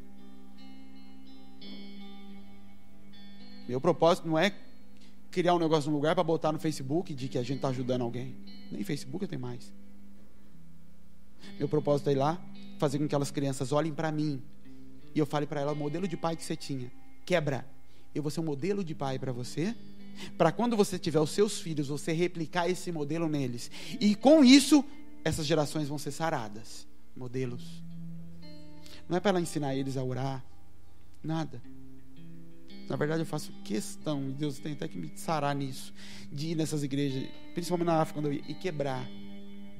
Então eles mandavam fotos para mim de terno. O primeiro culto foi de bermuda. E cheguei, eles olhando e eu não abri a Bíblia. Eles davam risada: pastor, prega sem abrir a Bíblia. Eu falei: para dar no meio daquela cultura desgramada que eles têm. Idólatra, eles idolatram a Deus. Deus não é ídolo. Não se idolatra a Deus, se adora a Deus. A idolatria pressupõe entrega por recebimento. Isso é idolatria. E pode ser que você idolatre a Deus, que você dizime e oferte de forma idólatra. Eu entrego e recebo. Que você o obedeça por idolatria. Eu faço porque senão tem punição. Ele nunca pediu isso. Várias vezes durante esses anos em que eu estava muito doído em algumas coisas, eu ouvia Deus me falando: se você quiser parar agora, eu aceito sua aposentadoria. Vou te dar o que você tem de direito. Literalmente ele falava assim: vou te dar o que você tem de direito até agora. Você vai ter uma boa vida com sua família. Seu pai plantou isso na sua vida. Você plantou coisas já. Mas eu vou ter que buscar outro para construir o que eu preciso. Mas se você quer, eu faço. Quando eu chorava muito, às vezes que eu parava na janela e falava: eu quero morrer, mata eu. Dessas vezes ele falava isso para mim. E aí eu falava: você não sabe brincar. Você sabe que eu não quero, é mentira. Porque ele não me obriga a nada. É como se ele falasse: filho, eu preciso de alguém para fazer. E alguém para fazer precisa ser moído em algumas coisas. Precisa ser amassado e provado em algumas coisas para gerar o caráter que eu preciso para aquilo que vai ser feito. Se não for você, filho, eu vou assinar sua carteira, dar todos os seus direitos e vou voltar para o mercado dizendo, colocando anúncio: a quem enviarei, quem irá de ir por nós. Eu volto a buscar. E essa é a busca de Deus até hoje. O que Ele busca? Adoradores que o adorem em espírito e em verdade. Sabe o que é adorador? Sabe o que é adoração? Entregar algo para morrer. Quando alguém falava: vamos adorar ao Senhor, o que ele estava dizendo? Nós vamos lá matar algum bicho para Ele. Isso era vamos adorar. Vamos levantar sacrifício. Quando alguém falou: amanhã eu vou lá adorar, ele já perguntou: você vai levar bezerro? O que você vai levar amanhã? Isso era adoração. Quando Deus fala procura adoradores, Ele fala, eu estou procurando pessoas dispostas a entregar a vida morta no altar. O que era Cristo, quando a Bíblia fala que existe o sacrifício vivo? Não existe sacrifício vivo. Ele é cordeiro até que ele morra. Quando ele morre, ele vira sacrifício. Até ali ele é cordeiro. Por que era sacrifício vivo? Porque era alguém que já estava morto por dentro. Era Isaac no coração de Abraão. Já estava morto no terceiro dia. Só faltava enfiar a faca. Para Abraão já tinha matado, senão ele não teria coragem de enfiar a faca. Isso é o que Deus procura, sacrifícios vivos. Gente que já morreu para si e está só andando, esperando a hora que Deus fala, para a cruz agora. Ele falou, é minha vez, vou ir. Eu já até morri. Sabe quando você sabe que você não morreu? Quando ele fala, para a cruz. Ah, não, mas ainda tem, não morreu ainda. Ainda tem coisas vivas. Está muito vivo. Conservando coisas preciosas aos seus olhos. Há um tempinho atrás, veio um casal aqui de amigos, estava com problemas e todo mundo chega aqui falando mal da igreja. Falou, meu filho, não aguento mais, se é tão ruim assim, o que você está fazendo? E tal, e sentou aqui e começa, né? E todo mundo começa a falar das promessas que tem. Porque Deus lá atrás falou para minha mãe que eu ia ser, tá? Eu falei, acredito em tudo isso. Aí eu fui lá na cozinha, peguei milho, feijão na mão, peguei, joguei na mesa, falei, isso aqui é seu, o que é isso? Falei, é milho. Eu falei, não, isso é semente. Sabe o que são as promessas que você tem? Sementes. Se você pegar essa semente e colocar ela no seu bolso, e daqui a 30 anos você jogar ela na terra, ela vai germinar. Semente não perde o poder de germinação. Ela continua sendo semente. Mas enquanto você não dá a ela o destino correto, não procura a terra adequada para ela, coloca, rega, dá o nutriente que ela precisa, ela não vira nada. E você vai passar a vida inteira dizendo, eu tenho sementes de milho no bolso. Eu vou dizer, verdade. É verdade, você tem. E ele eu tenho. E para o outro que vem conversar com ele, eu tenho semente, você tem. É verdade. Então quando alguém aponta o dedo para você, você fala, mas Deus me disse, eu acredito. Deus me disse que eu vou rodar o mundo inteiro. Eu acredito. Eu sei que vocês têm, alguns de vocês têm, se não quase todos. Uma palavra que um dia recebeu de ministério, coisas fortes, pontuais e violentas. Deus deu, foi Deus que deu mesmo. Deus deu mesmo, é verdade. Mas enquanto continua no seu bolso, é só semente. Não gera nada e você vai levá-las para o túmulo. Há um tempo atrás, quando encontraram o sarcófago de Tutancâmon lá e abriram, tinha algumas coisas dentro, tinha ouro e tinha trigo de 3.000 anos. Eles pegaram aqueles trigos, algumas daquelas sementes, e jogaram na terra. Ela germinou, porque a semente não perde o poder. E por isso que a descendência, porque coisas que a tua mãe e o teu pai receberam como palavras lá atrás e não cumpriram, vem sobre tua vida, e Deus vem e traz sobre você. O ministério que eu cumpro hoje foi dado para o meu pai, e meu pai abriu mão e pediu para Deus, me leva porque eu não estou aguentando, e Deus levou e transferiu para mim sementes que não foram lançadas na terra e são transferidas. Você já percebeu que você flui num ministério parecido com o da sua mãe e do seu pai? Se é que a sua mãe e seu pai cumpriam ministério ou foram chamados, você acha que é coincidência? Não é. É porque os filhos vêm para continuar o trabalho do pai, ou para fazer o que o pai não fez. Por isso que Salomão termina de construir o templo que Davi guardou o recurso da semente. Você pode morrer com o bolso cheio de semente, triste, e vai para o céu. Vai. Céu não tem nada a ver com isso. Céu tem a ver com 3 dias de Cristo, os 3 dias debaixo da terra. Reino tem a ver com os 3 anos dele vivendo nessa terra. Com seguir, com abandonar tudo, com confrontar a religião, com se entregar ao propósito que ele te chama. Me segue. Para onde? Sei, cada dia para um lugar. Só me segue. Rompe com tudo isso que você tem e me segue. Isso é reino. Deus não chamou os 12 discípulos para te levar para o céu. Filho, isso ele já conquistou sozinho. Ele chamou os 12 para te levar para tomar o reino. para estabelecer a igreja que tem um só propósito: derrubar as portas do inferno. Ponto. O propósito é só esse: derrubar a porta do inferno. Onde está a porta do inferno? Na favela tem porta do inferno. Na boca de fumo tem porta do inferno. Toda vez que eu falo boca de fumo, os meninos falam que eu sou velho, que não existe mais isso. Isso é porta do inferno. Porta do inferno não é fazer festival de música aqui dentro. Isso não é porta do inferno. Isso não é propósito de igreja. Jesus criou e Ele disse: eu estou fazendo com um propósito: derrubar as portas do inferno. E por isso eu estabeleço 5 ministérios lá dentro. Assim como você tem 5 sentidos no corpo, o meu corpo vai ter 5 sentidos, os 5 ministérios. E uma igreja que não tem os 5, ela vai ser manca. E a igreja de hoje, ela tem uma coisa só: pastor. Ela acabou com a visão, ela acabou com os apóstolos, ela acabou com os profetas, ela acabou com o mestre que prova a palavra, ela acabou com o evangelista que sente o cheiro e segue as águas. E ela vive com uma coisa, que é o pastor, o tato. Por isso que a igreja é tão carnal e vive na carne, porque só tem aquele que lida com carne. Não tem mais quem estabelece fundamento na igreja. Não tem quem mais traz correção e aponta o dedo na cara de quem quer que seja, que é o profeta. Matou tudo isso. Então ela é cega, ela é surda, não sente mais o gosto da palavra, não consegue discernir mais isso aqui, e não tem mais poder de evangelização. Só se atrai pessoas em cima de promessas. Não tem mais evangelista. O cara que está na rua andando e de repente Deus toma ele, ele pega o bêbado na esquina e começa a profetizar. Isso acabou. Evangelismo hoje é fazer festa, é fazer evento e convidar os outros. Traz gente, traz seus vizinhos. E quando ele chega e fala: Deus vai mudar a sua vida, Deus vai mudar a sua história. É só eu que conheço essa parte. É mentira o que eu estou dizendo. Por quê? Porque não tem mais ministérios na igreja. Só tem a carne, então eu alimento só a carne. É só o que sobrou. E quando a carne se vai, sobram o quê? Ossos secos. É quando você perde a esperança no pastor. É quando você se frustra com aquele homem que também está cego e perdido.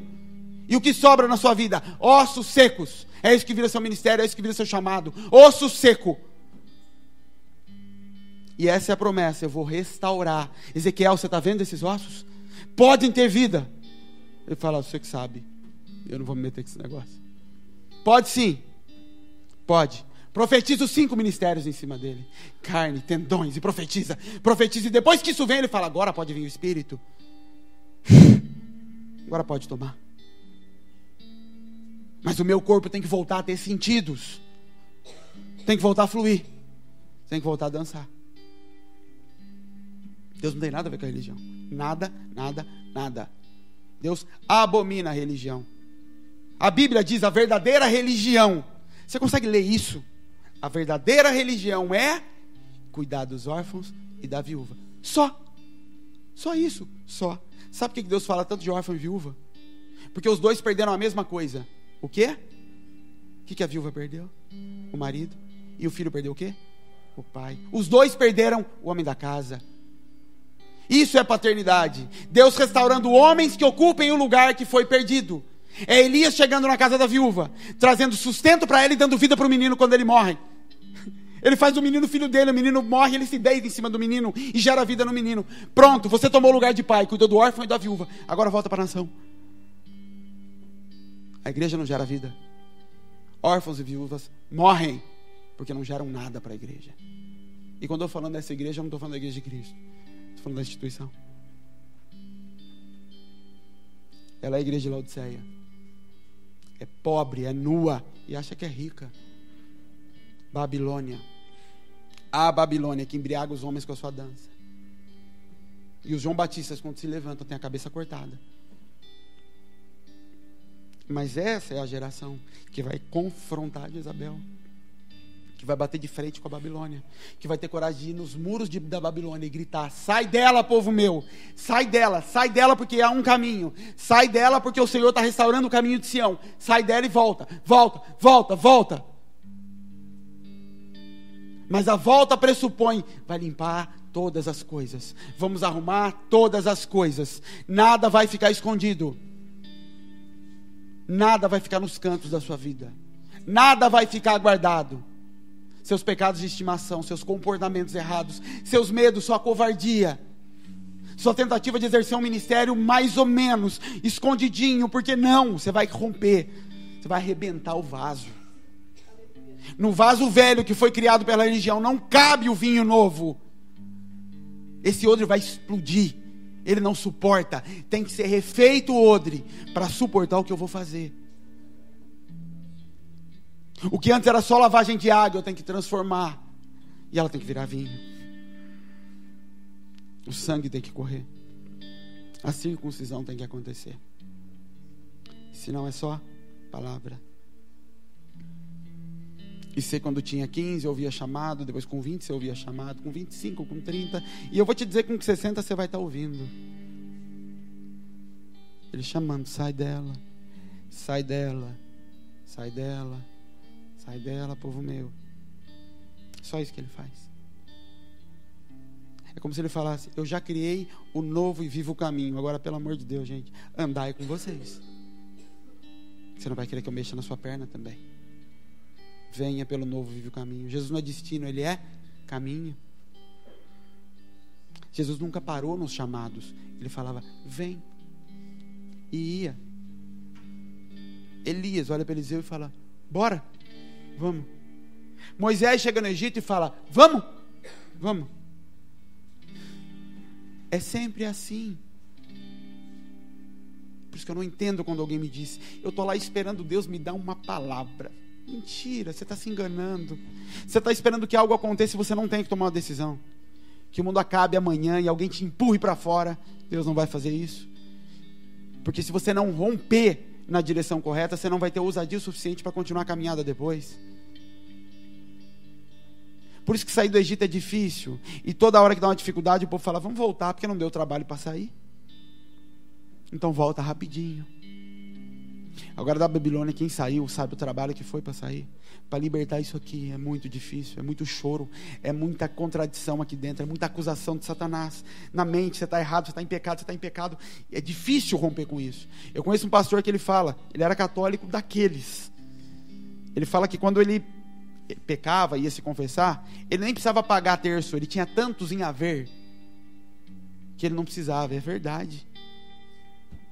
E ele fala que depois que ele se converteu, por 1 ano ele chorava e tinha peso na consciência por não rezar mais Ave Maria. Mas ele foi convertido, ele aceitou Jesus, sim, entendeu tudo, mas ele se sentia acusado. Por quê? Porque a mente tem poder. Coisas que foram colocadas nele o acusavam, e ele achava que era Deus acusando, que era o Espírito Santo. Mas Deus não acusa. Se é acusação, já não é Deus. Mas isso não vai ser fácil de você romper, e Deus não vai tocar nisso. Sabe por quê? Porque quando você conseguir romper com isso e se mover, fechar o olho e falar: eu vou então arrebentar com tudo, isso vai criar uma coragem em você e uma força, que é o que vai te permitir, te dar força suficiente para andar depois. Se ele te tirasse sozinho, na primeira dificuldade você volta. E os que saem, sabe? E quando eu falo sai, gente, entenda que eu não estou falando sair da sua igreja, não. Eu estou falando sair desse lugar. Desse lugar em que o que estão me dizendo vale mais do que o que está aqui. Desse lugar em que o templo virou casa de Deus. É desse lugar que eu estou falando. Se isso vai se converter em se mover fisicamente, é entre você e Deus. Para mim foi assim. Para você eu não sei. Obadia servia o trono, não servia Acabe. Por isso ele não deixava de servir o trono enquanto ele cuidava dos profetas. Era o chamado dele, não era de Elias. Você precisa entender isso. Não também se utilizando disso para covardia, porque agora você falou assim: então eu acho que eu sou Obadias, eu não preciso me envolver. Você, quem sabe, a responsabilidade é sua de discernir. Mas você entende que com Deus ele rasga véu, e a gente fica tentando cantar para ele para ver se ele esquece. Eu vou dar uma oferta porque aí ele fica feliz comigo e não toca mais naquele assunto. E não existe isso com Deus, cara. Com Deus é assim, rasgado na lata. É assim que se anda com Jesus. Jesus olhando para aquele... Toda vez eu falo dessa passagem, eu queria estar lá para ver. Nossa, como eu gosto de Jesus quando ele fala isso. Aqueles meninos não tinham feito nada. Jesus dando no lombo daqueles caras que veio atrás de pão. Ele vira e fala: vocês querem ir embora também? Nossa, eu vibro na hora que eu vejo Jesus falando isso. Pensa na chibata, no tamanho da mureta de Jesus. Oh, Jesus. Ele dá no meio. Porque o que ele está falando? Eu não estou aqui para agradar vocês. Eu estou aqui para preparar uma geração que vai arrebentar com o mundo. Vocês vão fazer o que eu não vou fazer. Eu estou criando algo para vocês levarem adiante. E o que esses 12 homens fizeram é o que nós vivemos hoje. 12 homens que ouviam do próprio Deus: quer ir embora, vai. Eles falaram: não vamos. Falaram: vocês são os caras. Vocês vão espalhar no mundo inteiro um negócio. Porque essa convicção está sendo gerada em vocês. De ir até mesmo contra uma palavra que eu estou liberando para vocês de irem. É disso que eu preciso. Porque se vocês não estão ouvindo nem a mim mandando vocês desistir, quanto mais os outros depois. Você entende que é necessário? Esse enfrentamento, esse romper é necessário para se conquistar força para andar depois do que você vai precisar andar. Não tem atalho nisso. Não tem atalho. Não tem jeito fácil. E eu aprendi isso com dor no lombo. Com muita dor. Deus não facilita o caminho, mas Ele garante que sempre Ele vai estar do lado no caminho. Ele garante que vai estar lá dando sustento e provisão para tudo que Ele mandar fazer. Por isso que a gente é doido. Ele fala: vai para a África, a gente compra passagem, você tem dinheiro. Por isso que a gente faz umas doiduras. Porque se Ele falou, filho, pode ir, lá na frente vai ter.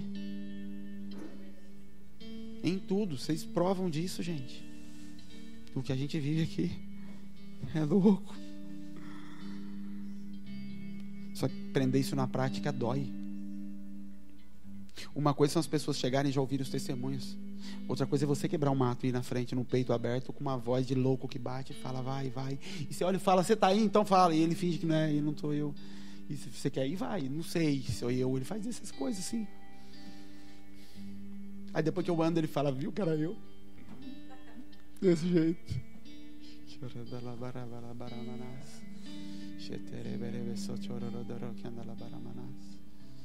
Você tem semente nos bolsos? É triste de ver gente morrendo com semente no bolso. Mas é porque o pastor me machucou, ele não me deu destino. Deus olha e fala: eu sei, filho, eu sei como é isso. Por isso eu preparo um novo caminho. Mas quem sai é você, quem anda é você. Não terceirize as suas dores, as suas mazelas. Machucaram? Se machucam mesmo. Fecharam portas? Fecham mesmo. Faz parte. Um dia o homem escolheu ter homens representando-os. Como Mateus falou, um dia Deus falou: eu quero abraçar vocês. Vocês estão falando que há um homem no meio. Eu queria me mover através de profecia. Vocês querem um rei? Tá bom, eu vou fazer do jeito que vocês estão pedindo. Mas tem consequência. Ele também pode te ferir. Mas mesmo no meio desse caminho que vocês pediram, existe misericórdia para criar um novo e vivo caminho. Vocês estão me pedindo leis. Eu queria viver dentro. Eu dou lei, mesmo sabendo que não é o essencial. Então eu crio um novo e vivo caminho. Mas quem anda é você. Você começa a arrancar coisas de dentro de você que foram herdadas. Davi herdou Jerusalém com o povo ali do lado. E o trabalho dele era: ou eu sento já no reino e vivo o que vier, ou eu vou arrancar tudo para depois estabelecer governo nesse lugar. Não vai ser na minha casa, não vai ser sentado lá em Belém, num lugar agradável, num lugar que meu pai conquistou, num lugar que foi deixado como herança para o meu pai. Não vai ser. Vai ser no lugar que Deus estabeleceu para mim. E não vai ser do meu jeito. Não vai ser do jeito que eu sou hoje. Eu vou arrancar o que não tem que estar aqui. Você entende? Porque eu não entendo. Fala com Deus. Porque o diabo vai começar a falar. E não é nem o diabo, sua carne começa a falar. Mas se eu sair, sabe o que o povo falava para Esdras lá? O medo, porque a gente está saindo com tesouros daqui, porque o rei da Babilônia deu tesouros, Ciro, para que eles fossem reconstruir. E a gente vai fazer uma jornada grande sem exército, a gente pode ser assaltado, ser roubado, dar medo do caminho. E Deus fala, pode ir, eu vou proteger vocês no caminho. Não vai acontecer nada, mas o medo vai existir. Vai ter medo mesmo. Gente, fé não é ausência de medo. Todos os passos que eu dei até hoje foram com muito medo. Sempre com muito medo, chorando de medo. Eu fechava o olho, eu falava para Deus, oh meu Deus do céu, eu falava, nós vamos morrer junto então, você quer me matar? Eu chorava e falava, nós vamos morrer abraçado, Deus, você quer acabar comigo? Eu falava isso para ele, porque eu achava que eu ia morrer. Mas eu fechava o olho e falava, mas você quer me desgraçar com a minha vida, então eu vou. Se é isso que você quer fazer, então, e eu ia. Porque isso é uma coisa que eu aprendi desde pequeno, desde cedo, é não desobedeça. Deus falou, acabou. Graças a Deus isso ficou aqui dentro. Então quando ele falava, fala isso para tal pessoa, eu estou mandando, eu fechava o olho e falava. E a pessoa brigava, não, mas não, eu falava, mas foi Deus que falou, fala com ele então, ele que me falou. Porque se ele falou, eu ando. Ponto. Ele falou, eu ando. Ponto. Você questiona, você é rebelde. E usa a Bíblia ainda para questionar. Não, o senhor falou que não pode fazer isso, não pode fazer aquilo. Cara, Paulo não tinha Bíblia. Os discípulos não tinham Bíblia. Eles tinham uma coisa muito mais preciosa que isso. O Espírito. Você faz a obra sem Bíblia, você não faz sem o Espírito. E se não é Espírito que você está ouvindo, é sua carne. Sua mente. Por mais bem intencionado que você seja, eu sou bonzinho, Deus sabe, Deus conhece o que está no meu coração. Você fala isso, né? Eu falo, eu sei que não tem nada mais enganoso que o coração do homem. Por isso eu não estou mandando você ouvir seu coração, eu estou mandando você ouvir o Espírito. Ouça o Espírito.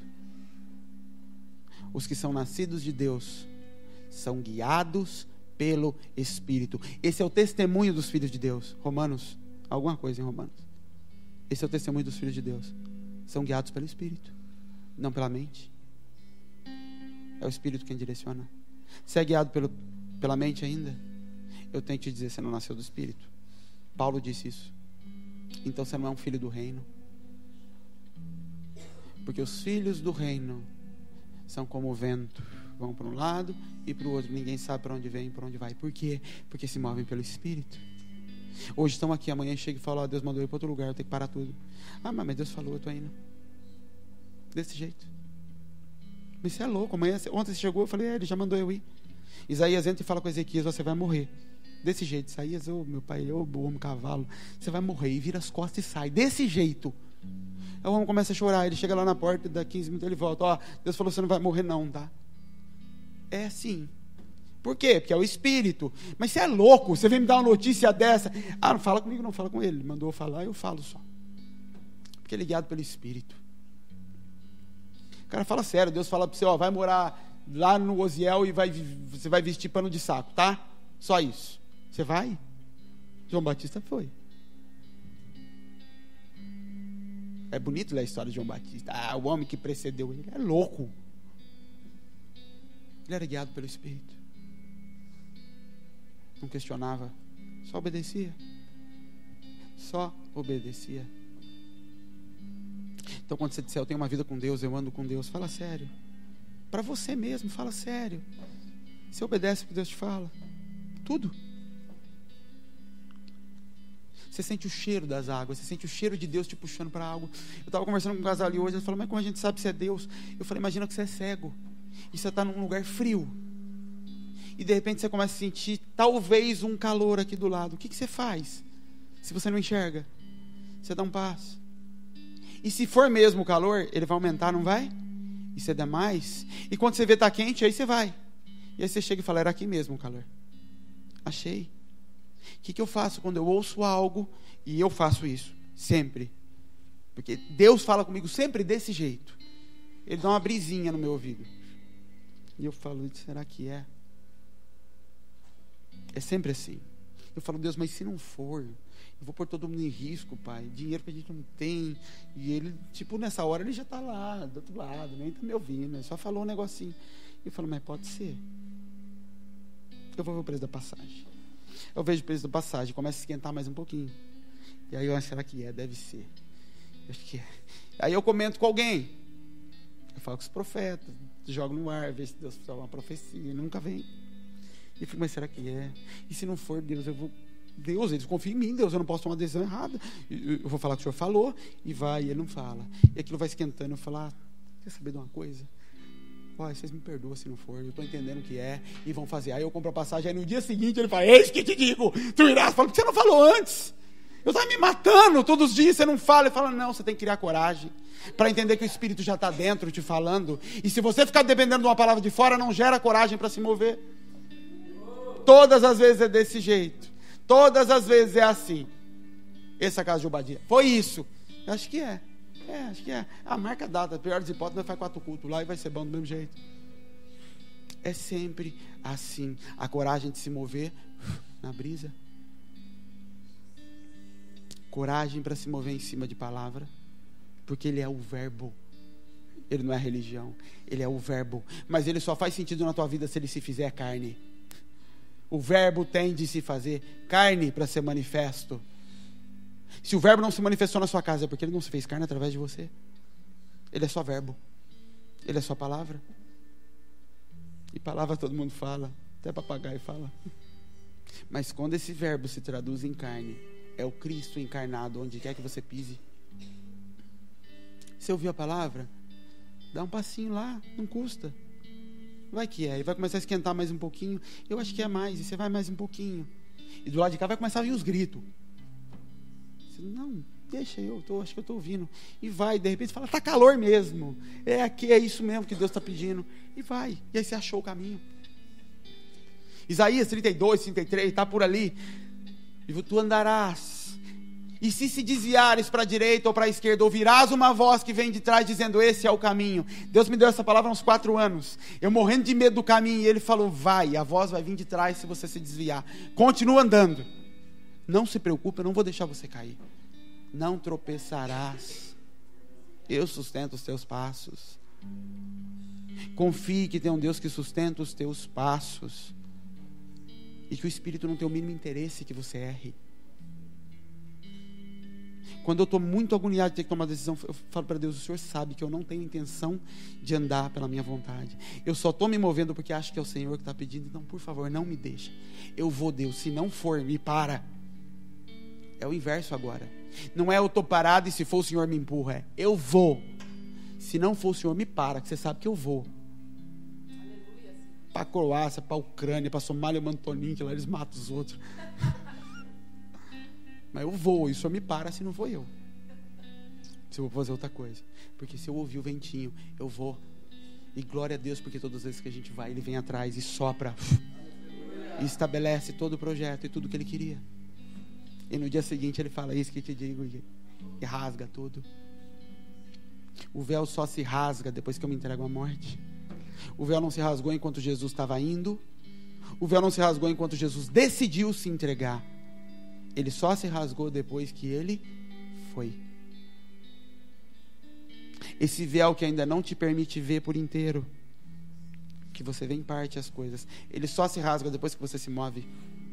Sempre. Princípio. Você semeia o natural para colher o espiritual. Você semeia esses passos naturais para colher o espiritual. Você entende? Agora sim, feche seus olhos, vamos orar. Eu quero que você fale com Deus. Eu quero que você fale com Deus com relação às suas sementes. As palavras que Ele já te deu, as direções que Ele já te deu. Há coisas que têm que ser corrigidas na sua vida.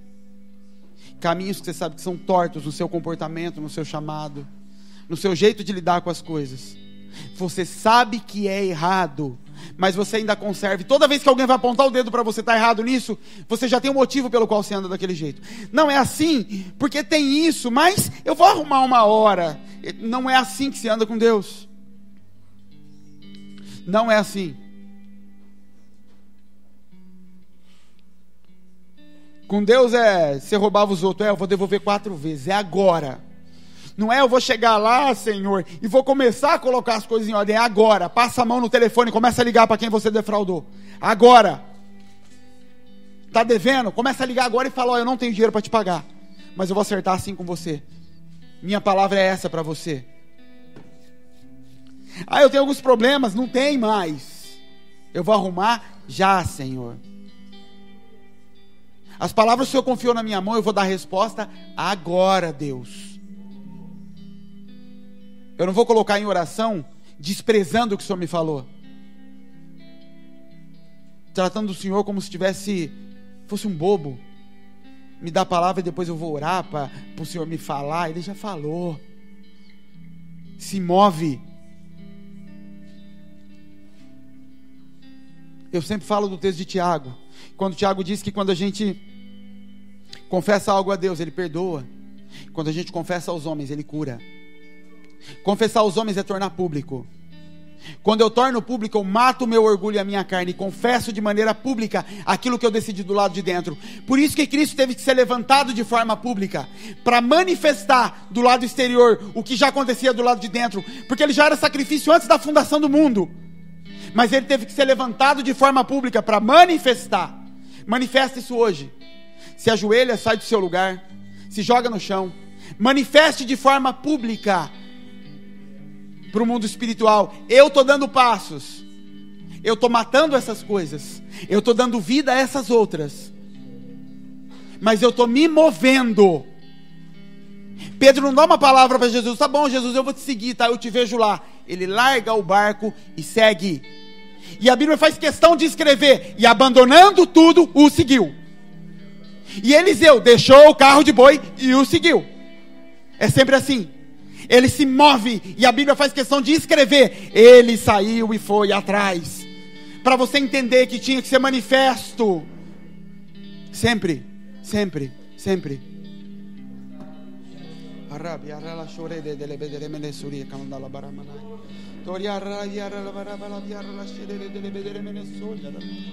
Espírito Santo de Deus, Espírito Santo de Deus, Pai, como governo, Senhor, nós repreendemos, Pai, toda potestade, Pai amado, tudo que há na alma, Pai, toda timidez, todo medo, Senhor, toda luta na mente, Pai, que nos impede de ouvir a Tua voz, Senhor.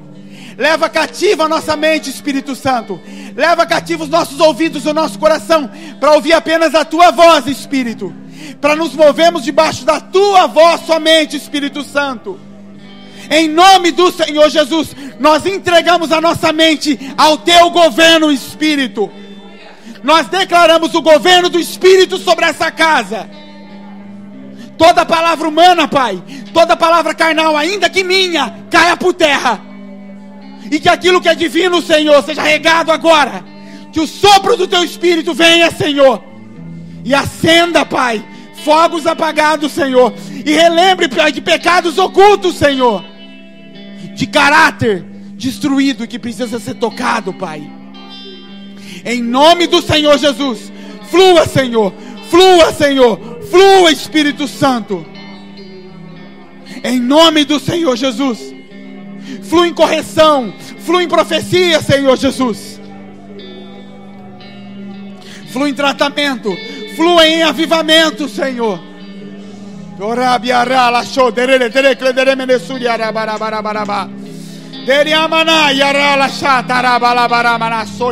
Espírito Santo, aviva, Pai, o espírito dos profetas dessa casa.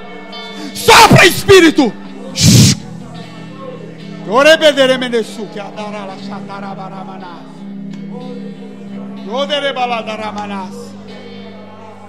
Nós entregamos a Ti o governo, Espírito, para que estabeleça o Teu reino, para que estabeleça o Teu governo sobre cada coração nesse lugar. Satanás não tem autoridade sobre esse lugar. Nós repreendemos todo espírito grego e romano sobre essa casa. Toda mente racional que tenta racionalizar o Evangelho, seja repreendido dessa casa em nome de Jesus. Em nome de Jesus. Flui, Espírito, flui, Espírito.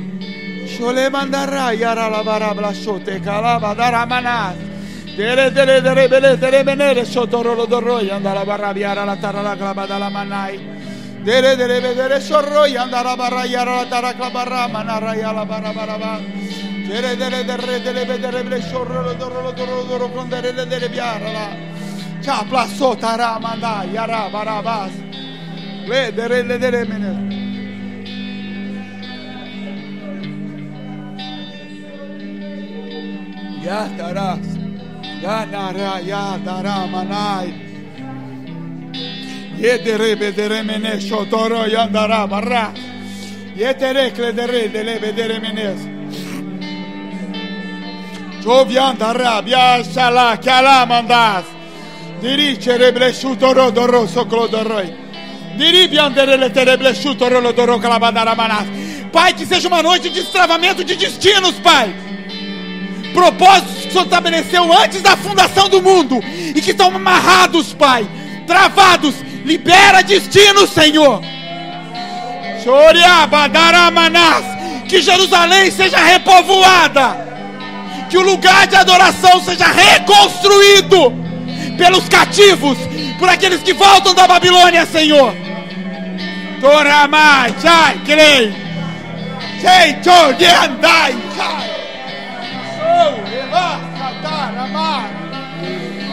Ecledere, Sunei, Ecai, Yamanda, Yarabala, Tarabanda, Yarab, Orebedere, Soreka, Yarab, Yarab, Sheretare, Beledere, Iriandara, Yarra, Sabra, Soreka, Barabara,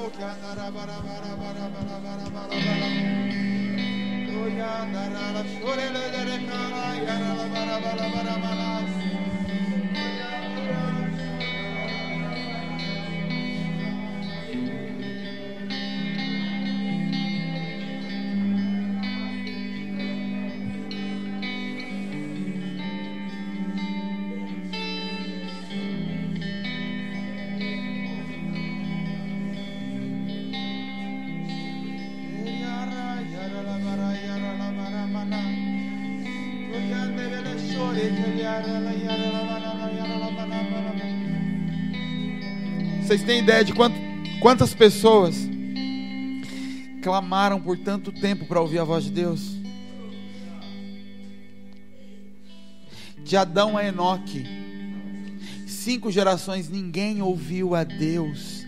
5 gerações. Não despreze quando Deus falar com você.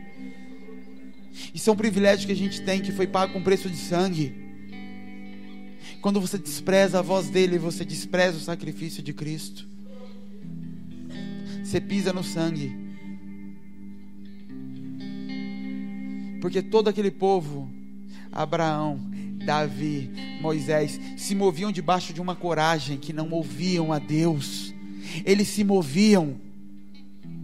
Você conta nos dedos quantas vezes Deus falou com aqueles homens. Deus se apresenta a Abraão 5 ou 6 vezes, se eu não me engano, em uma vida inteira de renúncia e sacrifício.